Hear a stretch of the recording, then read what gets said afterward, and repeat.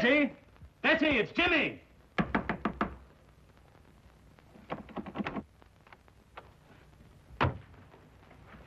Mr. Durham, something's happened to Betty. Force the door open.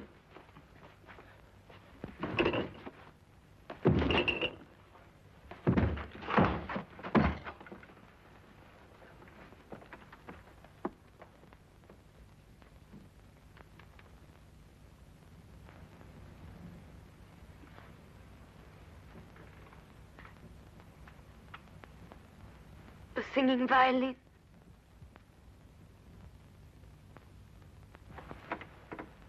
Betty, darling.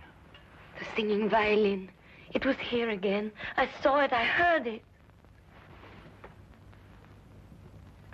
The singing violin. I heard it. Betty. I saw it.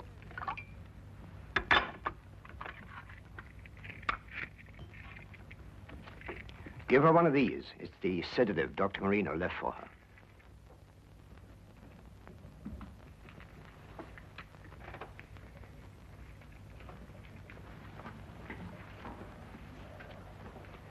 She will attend to my stepdaughter.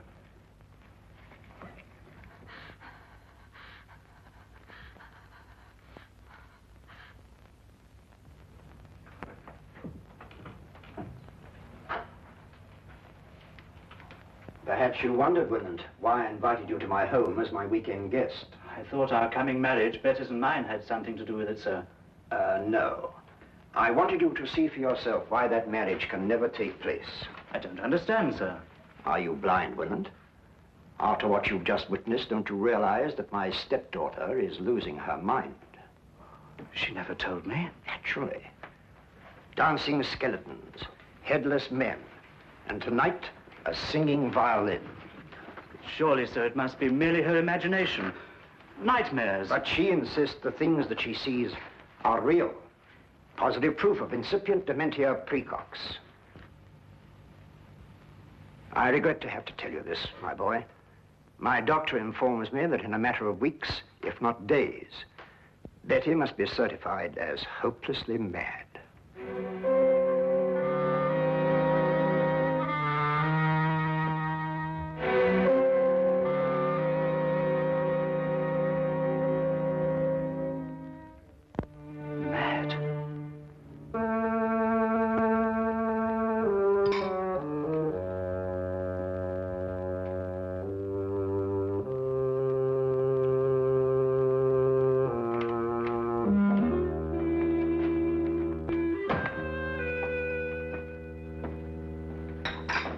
Finished, sir? Yes.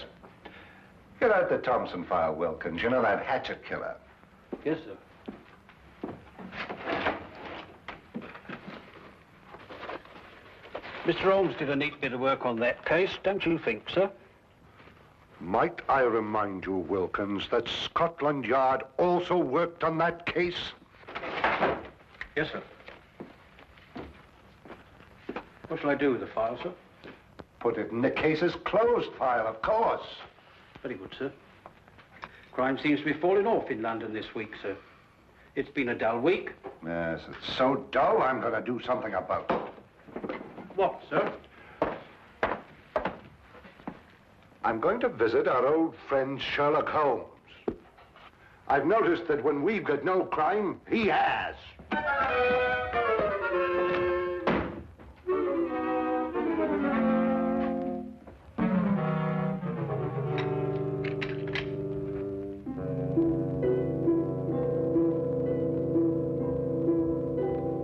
A beautiful girl having hallucinations. A worried housekeeper. An austere stepfather. A heartbroken boy. A gloomy old house in a quiet section of London. That was one of the most bizarre and terrifying cases ever to challenge the talents of my extraordinary friend, Sherlock Holmes. We were plunged into it one drowsy day in mid-September when murder, sudden and brutal, came calling. What is it? Sounds like a shot from the street.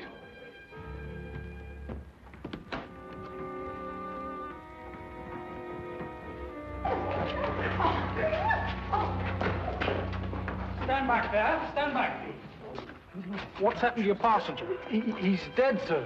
Dead? True enough. He's been shot. What's going on here? This man in the carriage, Inspector. Shot he was, sir. All right, let's stand back here, please. Stand back, please. Stand back. Let's move along here, please. Please. Stand back, please. Move along here, please. Please stand back. Move along here, please. Move along. Officer, Yes, sir. you take charge here. Yes, sir. All right, driver. What do you know about this? I don't know. We were about to have a visitor. Where? What do you mean, where? Yes, a young man, but he was murdered before he reached here. Murdered? How do you know?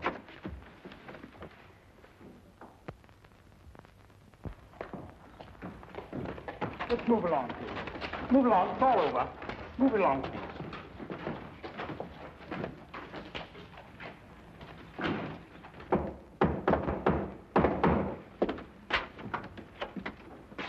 Oh, hello, Lestrade. I've been expecting you. I didn't know myself I was coming here until a few minutes ago. I suppose you also know why I came here? Murder. Both Dr. Watson and I heard the shot. I observed part of the proceedings through the binoculars. This was found in his pocket. Sherlock Holmes, 221B Baker Street. He was obviously employed by a tea and spice merchant. The aroma is unmistakable, eh, Watson? Oh, unmistakable. The boy's wallet gave us some further information. His name was James Winant. He lived at number 5 Crestwood Place. He was employed by Stackhurst and Durham, tea and spice merchants. Stackhurst. Stackhurst. Does the name mean something to you, Holmes? Well, it should. Stackhurst and Durham appears in almost every tin of tea sold in England. What was young Winant's business with you, Holmes? Winant. Durham. Ah. I've never heard of Winant before. Were you able to ascertain anything from the cabby? No, one of the passers-by heard him say, "The singing violin." The singing violin? No, that can't mean anything, I'm sure. Can't mean anything, Lestrade. Well, now, of course not. Get your hat, Watson. Well, where are we going, Holmes? To interview the murderer of Jimmy Winant, of course. You mean to say you know who killed him? Of course I do. Don't you?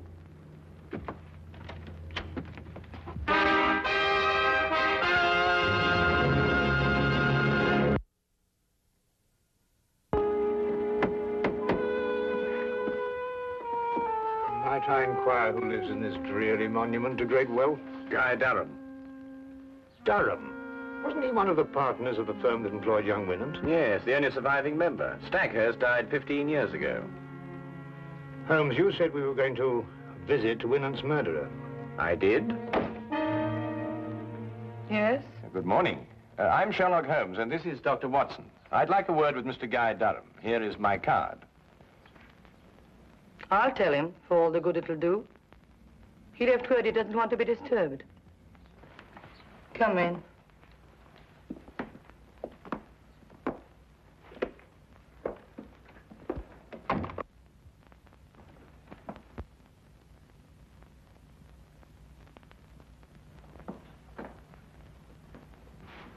Oh, permit me, madam, to congratulate you on your new position. Thank you. How do you know I'm new here? Mrs. Ferguson, who was at the door? Excuse me.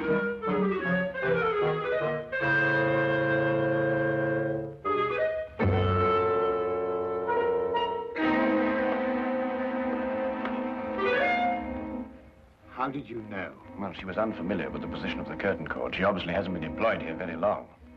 Oh, obviously. I'm sorry, sir, but Mr. Durham can't. What is the meaning of this? I'm sorry, sir. They pushed in before I could stop them. I must apologize for this intrusion, Mr. Durham, but it's imperative that I speak to you. Oh, very well. As long as you're here, what do you want? I take it you are Sherlock Holmes. At your service, sir. And this is my friend and colleague, Dr. Watson. Pleasure, sir. How do you do? Sit down. I regret to say that I am the bearer of bad tidings, Mr. Durham. Your prospective son-in-law was murdered not 2 hours ago. What? Winant murdered? But, Holmes... The engagement announcement of Miss Betty Durham and Mr. James Winant was published in the Times not 2 days ago. Mr. James Winant was on his way to see me when he was ambushed and shot. But what did he want to see you about? Don't you know Mr. Durham? No. Then perhaps Miss Betty, your stepdaughter, I believe. Yes, Betty is my stepdaughter. I adopted her when I married her mother. Perhaps she might be able to provide some information. I am sorry. I'm afraid I cannot allow you to see her. She has been in a highly overwrought frame of mind of late. Only this morning, under the advice of her doctor, I sent her away for a complete rest. Moreover, it is best under her present mental condition that she should remain in ignorance of Winant's death. Oh, that's most unfortunate. Probably the excitement of her forthcoming marriage brought on an emotional upset. Not only probably, Doctor, but true. And now, if you'll excuse me, I regret I cannot be of any more help to you. Oh, Mr. Durham, what is the name and address of your former housekeeper? Why do you ask? Well, housekeepers are rather hard to come by these days.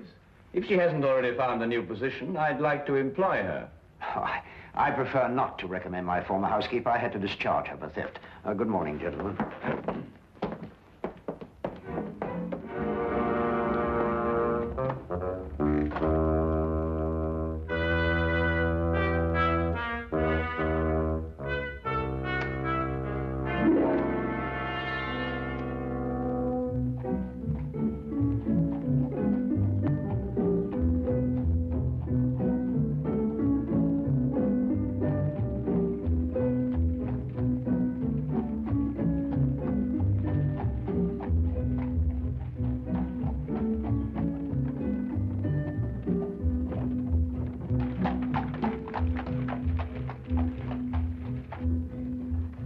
You believe Durham is the murderer, Holmes? Yes.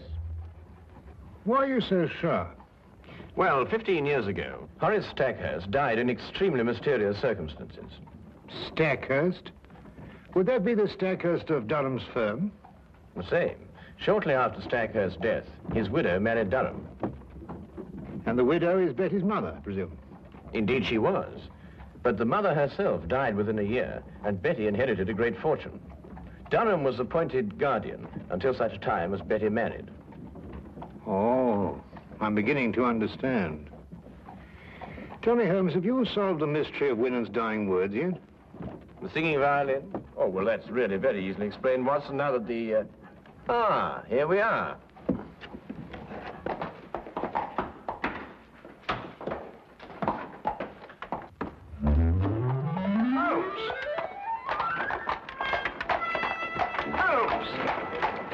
It was just like Holmes to leave me in the middle of an unfinished explanation, bursting with curiosity. But there was nothing I could do about it except wait for his return.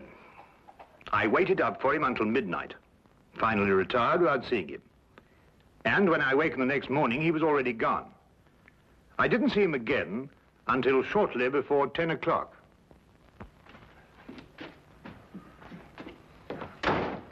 Hello, where have you been?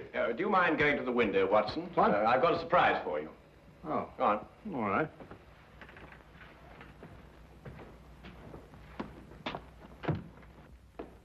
No, not yet, Watson. Now, turn around. Now, keep looking into the street. That's better. Now. Won't be a minute now. All right. Turn around.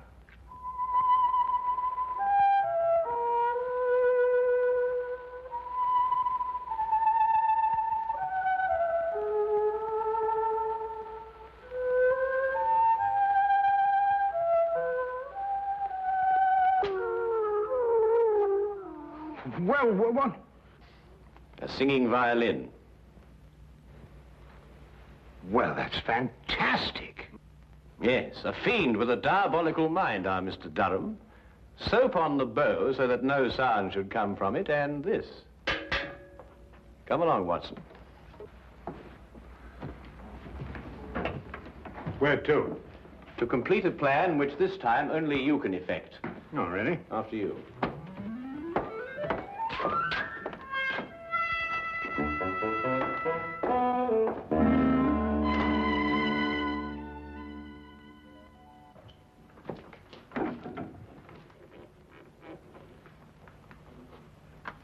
Ha-ha, John Murdoch! So I found you at last, eh? What?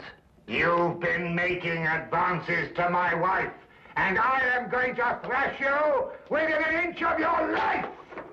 Wait a minute. You've got the wrong man. Don't you lie to me! I'm not John Murdoch, I tell you. Help! There's a lunatic loose. Oh, so it's a fight you wanted it? I've heard about men like you before. You smiled your last smile, my voyaging vagabond.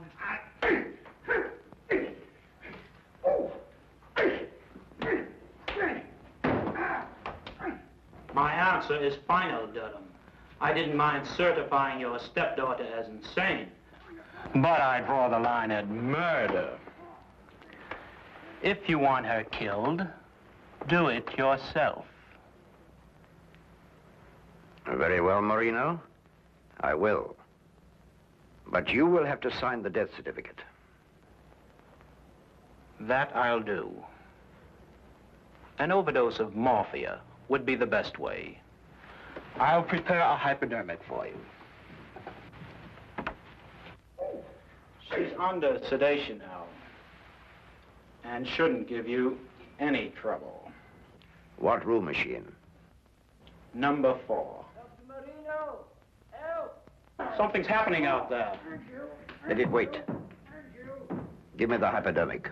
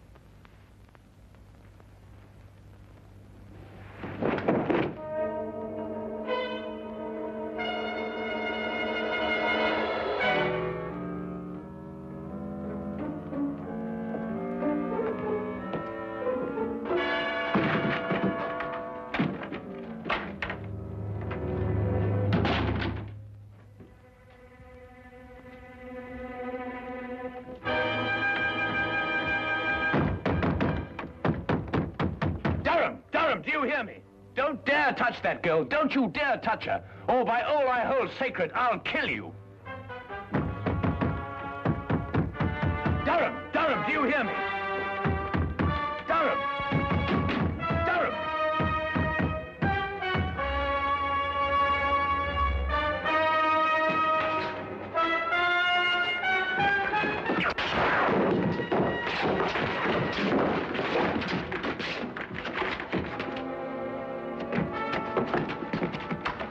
Are you all right, Holmes? The girl, is she all right, Watson? Just drugged. She'll be all right. Well, what kept you so long? Dr. Marino brought up reinforcements. When I came here and answered your summons, I found Dr. Watson fighting with 4 men. Must say he was holding his own. Now, will somebody please tell me what this is all about? Nothing would give me greater pleasure, Inspector. May I introduce Mr. Guy Durham, your murderer? What?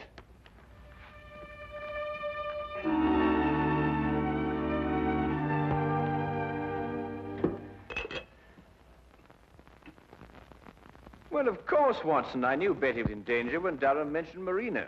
I met him before and knew he wasn't a doctor, but a charlatan. Tell me, Watson, how did Betty take the news of Jimmy's death? It came as a terrible shock to her, I'm afraid. Poor girl broke down completely. Well, she's young. She'll recover. And youth has a way of overcoming tragedy.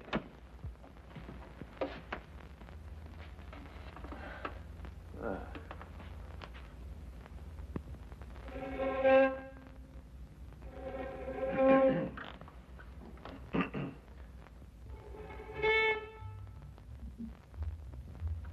Oh, confound it.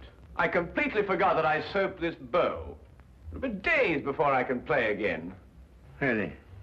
A wonderful invention, soap.